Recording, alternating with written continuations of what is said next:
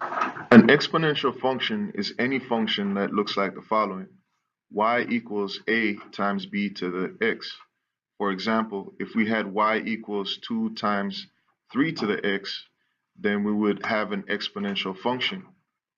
Here, the base of our exponential function is 3.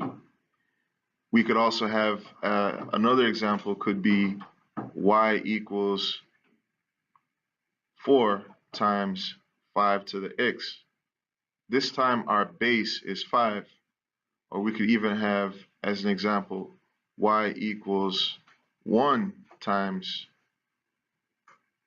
6 to the x. In this case, our base is 6. What we're going to look at is how do the a value and b value change what the graph looks like. Please take a minute to graph the following exponential functions. Take a look at the patterns and try to see what you notice about those functions. What do we notice here? Notice that we have 1 here, and then it's crossing exactly at 1 on the graph. Notice that we have 2 here, and it's crossing exactly at 2 on the graph. Notice that we have 3 here, and it's crossing exactly at 3 on the graph. Here we have 4, and it's crossing exactly at 4 on the graph.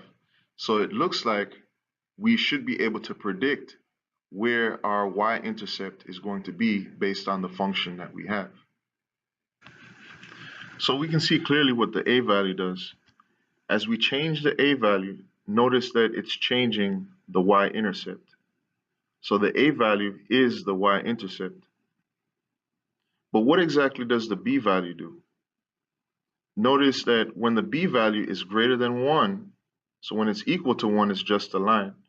But when it's greater than 1, notice that the graph is growing, it's increasing, and it's actually increasing at a faster rate depending on how large the value is.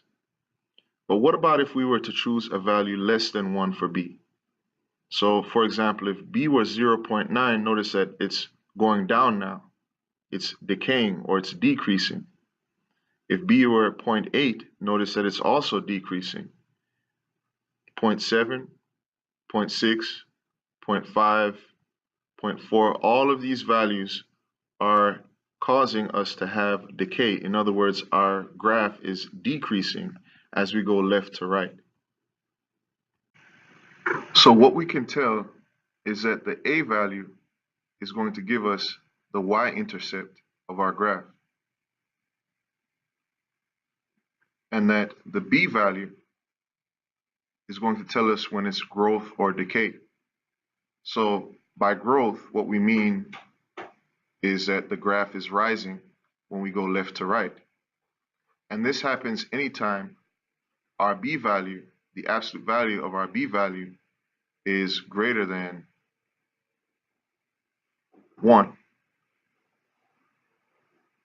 Whenever our b value is between 0 and 1, when the absolute value of that number is between 0 and 1, so in other words, 0 0.8, 0 0.9, 0 0.7, the graphs that we just saw, then if we read from left to right, then what's going to happen is our graph is going to decrease or decay. Suppose I asked you what this represented. You would tell me that it's pi, which is true.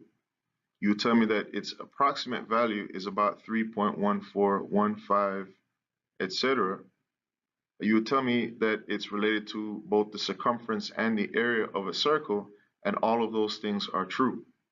But besides pi, are there any other numbers that have special meaning? Well, it turns out there's a number that is represented by the letter E, and it's named after a mathematician, Euler. So his name begins with E. This number is E. This number is called Euler's number.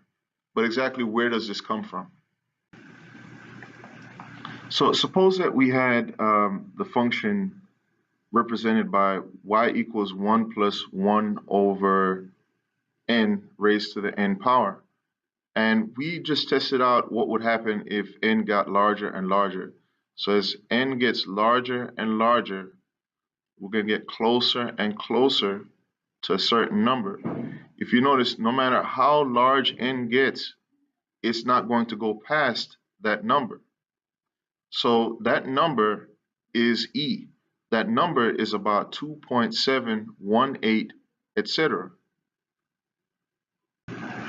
So in the same way that y equals 3 times 5 to the x can be an exponential function where the base is 5, we can also write an exponential function y equals 3 times e to the x, where e is the base.